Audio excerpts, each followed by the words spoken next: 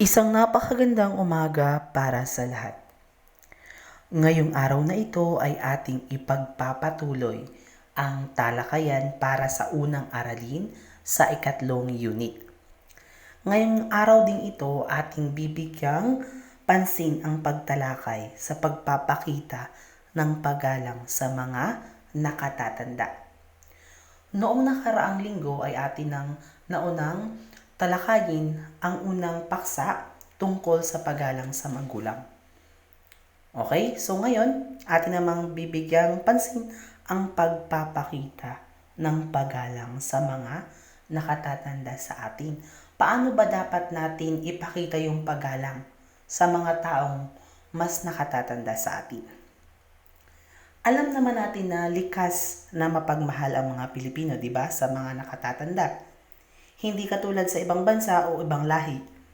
Hindi natin hinahayaang ibang tao ang mag-alaga sa ating mga lolo at lola o iba pang nakatatanda sa ating pamilya.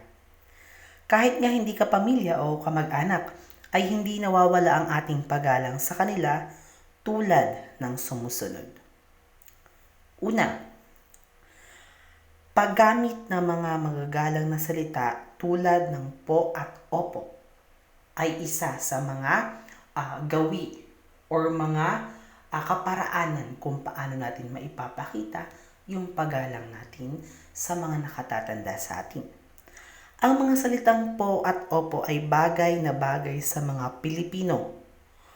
Okay, kung iyong mapapansin may mga wikang banyagang hindi gumagamit ng katumbas na salita kung sila ay nakikipag-usap sa kanilang mga nakatatanda. Halimbawa nito ang wikang Ingles. Ang pakikipag-usap ng isang bata sa matanda ay pareho lamang ng pakikipag-usap ng isang matanda sa kanyang kapwa matanda. Ngunit dito sa ating bansa, meron talagang kakaibang mga katangian or tradisyon tayo na kagisnan. Yung paggamit ng po at opo. Yan talaga yung sign of respect natin sa mga nakatatanda sa atin. 'Di ba? Kung hindi ka gumagamit ng mga ganitong salita, mababansagan kang walang galang. Okay, kahit nga tayo ay nagsasalita ng wikang Ingles, minsan 'di ba, nai-incorporate pa rin natin or naisisingit yung salitang po. Okay? 'Di ba? Okay, so ito yung aking napapansin sa pang-araw-araw kong ginagawa na kahit Ingles yung sinasalita ko or sinasabi ko, na isisingit ko pa din or naidadagdag ko pa din yung salitang po at opo kung ang kausap ko ay mas nakatatanda sa akin. Sumunod na gawi or kaparaanan, yung pagmamano o paghalik sa kamay. Mga Pilipino lamang ang gumagawa ng pagpapahalaga na ito, yung pagmamano. Isa ito sa mga magagandang katangian ng mga Pilipino. Ito ay pagpapakita ng paggalang sa lahat ng mga nakatatanda. Kahit nga mga magulang natin, kahit na sila ay matatanda na rin, ay nagmamano sa kanilang mga magulang, di ba? Okay. So, tayo bilang mga bata or anak ng ating mga magulang or apo ng ating mga lola at lola, kailangan natin silang pag-ukulan or bigyan ng paggalang. Kahit ipakita natin ito sa simpleng mga ginagawa natin tulad ng pagmamano sa kanila. 'Di ba? Sumunod, maayos na pakikitungo sa kanila. Okay, so dahil sa kanilang mga karanasan sa buhay, marami-rami na rin silang napagdaanan sa buhay. Marahil may mga kwento kang marinig na tila ba kahanga-hanga at baka sa kanila mo lamang unang narinig. Hindi biro ang kanilang mga pinagdaanan, kaya huwag mo ring idaan sa biro ang iyong pagsagot o pagtanong sa kanila. Okay, so dapat kung nasa iisang bahay kayo nakatira, dapat yung pakikitungo mo sa kanila ay angkop palagi or tama palagi. Okay, so kapag nakatatanda sa iyo, okay, huwag tayong lalagpas doon sa limitasyon or ile-level natin yung ating sarili sa kanila. Okay? So, mag-set ka ng limitation sa iyong sarili or limitasyon sa ating mga sarili. Okay? And then, yung pakikitungo natin sa ating mga lolo, sa ating mga magulang or sa mga nakatatanda sa atin, dapat nating palaging isaalang-alang. Okay? Na tama at dapat yung ating ginagawa. Okay? Lalo dun sa ating mga sinasabi. 'Di ba? Doon sa mga action na ginagawa natin sa loob ng bahay. Iwasan natin yung pagdadabog. Okay? Tandaan, maayos dapat ang ating pakikitungo sa kanila. Sumunod, ito na nga. Pag-iwas sa pagsagot ng pabalang at pagdadabog. Ayan, iwasan natin po ito dahil ito ay isa sa mga kawalang respeto sa nakatatanda sa atin. Ang paggamit ng mga salitang po at opo ay baliwala kung sila ay sasagutin mo ng pabalang o pasigaw. Halimbawa na lang kung ikaw ay bata na madalas gumagamit ng mga salitang po at opo. Pero yung pagsagot mo, sumasagot ka sa mga magulang mo, sa iyong lola at lola, wala rin. Useless din yun. Okay, anong silbi ng salita kung dun sa naman sa ginagawa mo or sinasabi mo sa kanila ay puro ka walang respeto, di ba? Okay, so wala din itong silbi kung sila ay dadabugan mo lamang yan. Hindi ito pagpapakita ng paggalang at magandang asal kahit na kanino. Okay, kahit saan ka pumunta or kahit saan mo pa yan ipakita, kung nagdadabog ka, sinasagot mo ang iyong mga magulang, ang iyong mga lolo at lola, okay, mawawalan sila ng respeto sa iyo. Kasi isipin nila, ay itong batang ito, hindi maganda ang pag-uugali nito. Okay, sumunod, pag-aaruga sa kanila. Ayan.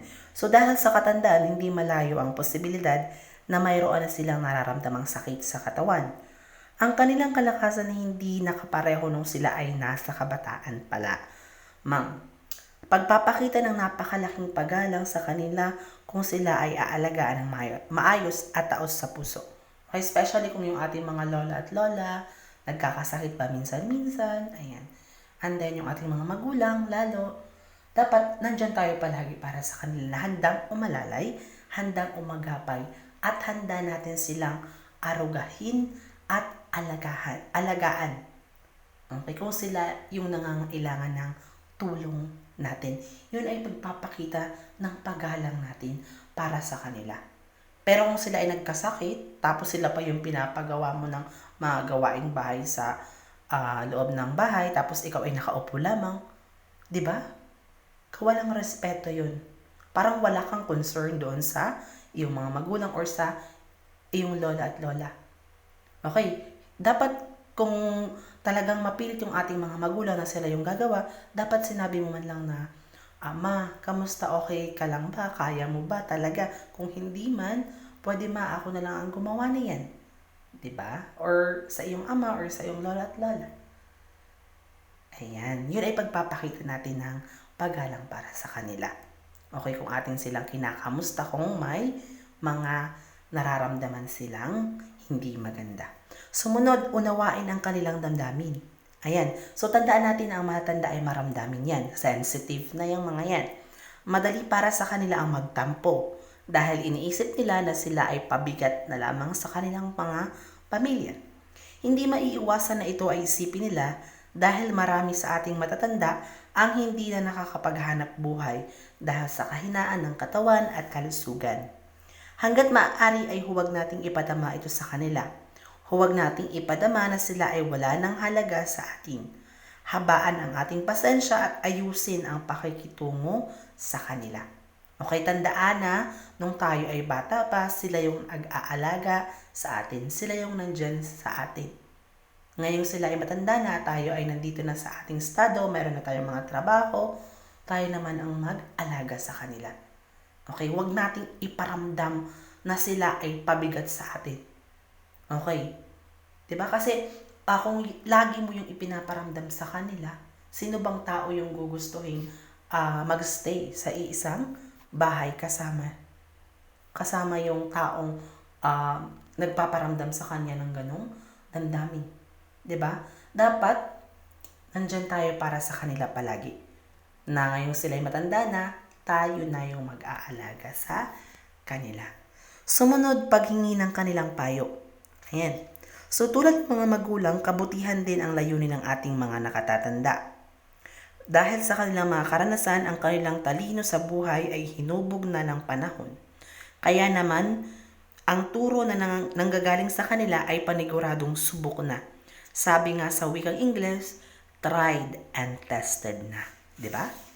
Okay, so kung tayo hihingi ng mga advice, mas magandang sa mga nakatatanda tayo humingi. Kasi sila ay alam natin na naranasan na nila ito, napagdaanan na nila ito.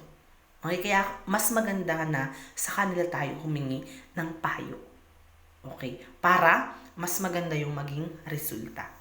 Sumunod, pagsaalang-alang sa kanilang kondisyon at kalusugan. Ayan. May kahinaan na sila, kaya huwag nang asahan ang mabilis nilang pagkilos at pagtalima sa mga sitwasyon sa loob at labas ng tahanan. Ang ilan nga ay may kahinaan na rin ng pag-iisip dala ng kanilang katandaan. So, dapat isaalang-alang natin palagi yung kondisyon ng mga nakatatanda sa atin.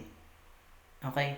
Halimbawa, nasa bahay, alam naman natin ang matanda, mahina na kumilos or hindi na sila mabilis kumilos. Kaya dapat nandyan tayo para umalalay sa kanila at tandaan natin na dapat nating habaan ang ating pasensya lalo na sa ating mga lolo at lola.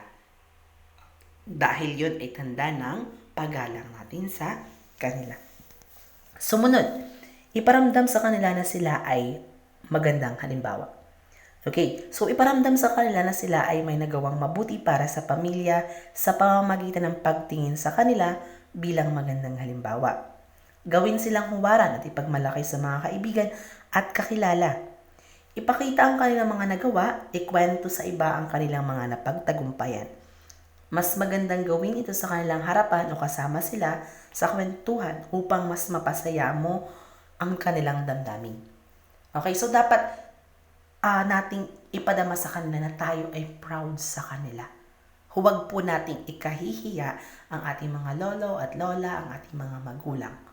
Okay, so dahil kapag ikinahiya mo sila, okay, napaka sama ng pag-ugali mo or parang wala kang respeto sa kanila, wala kang paggalang sa kanila.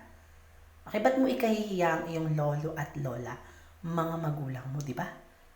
Kung wala sila, wala ka rito sa mundo. Or kung wala ang ating mga magulang, wala tayo dito sa mundong ito. Kaya anong ikahihiya natin, di ba? Okay, be proud kasi sila or yung ating mga naging mga magulang. Sila yung ibinigay sa atin ng Diyos para gumabay sa atin dito sa mundo. At ang panghuli, tugunan ang kanilang mga pangangailangan at kahilingan. Okay, so tugunan ang kanilang mga pangangailangan, lalo na ang mga pangangailangan nila para sa kalusugan, okay, tulad ng gamot. Namula tayo sa kultura na hindi mapagpabaya sa mga matatanda. Inaalagaan natin sila hanggang sa dapit hapon ng kanilang buhay. Kaya naman, kung hindi naman nakakabigat sa iyo at hindi naman masama, pagbigyan na ang kanilang mga pangailangan at kahilingan. Isipin na lamang na ito ay paraan ng kanilang paglalambing. Okay, so pag matanda ng ating mga magulang, ang ating mga lola, tapos stable na ang ating mga trabaho, kung sila'y may hiningi sa atin, okay, wag nating tatanggihan. Okay, or pagbigyan natin sila. Okay, so tandaan, isipin na lang natin na sooner or later, malapit na silang kunin ng Diyos, di ba? Okay, so dapat ipadama na natin hanggat may oras pa, ibigay na natin yung kaya nating ibigay, ipadama na natin yung buong pagmamahal natin. Kasi kapag wala na sila, hindi na natin mararamdaman yung sinasabing pagsisisi. Tandaan po natin, nasa huli palagi yung pagsisisi. Okay, so sana naman po, yung mga kaparaanan na ating natalakay ngayong araw na ito ay ating isa-isip, isa-puso at isa-buhay. Maraming salamat po at sana po ay panuorin po natin ang susunod pang mga talakayan para sa araling ito.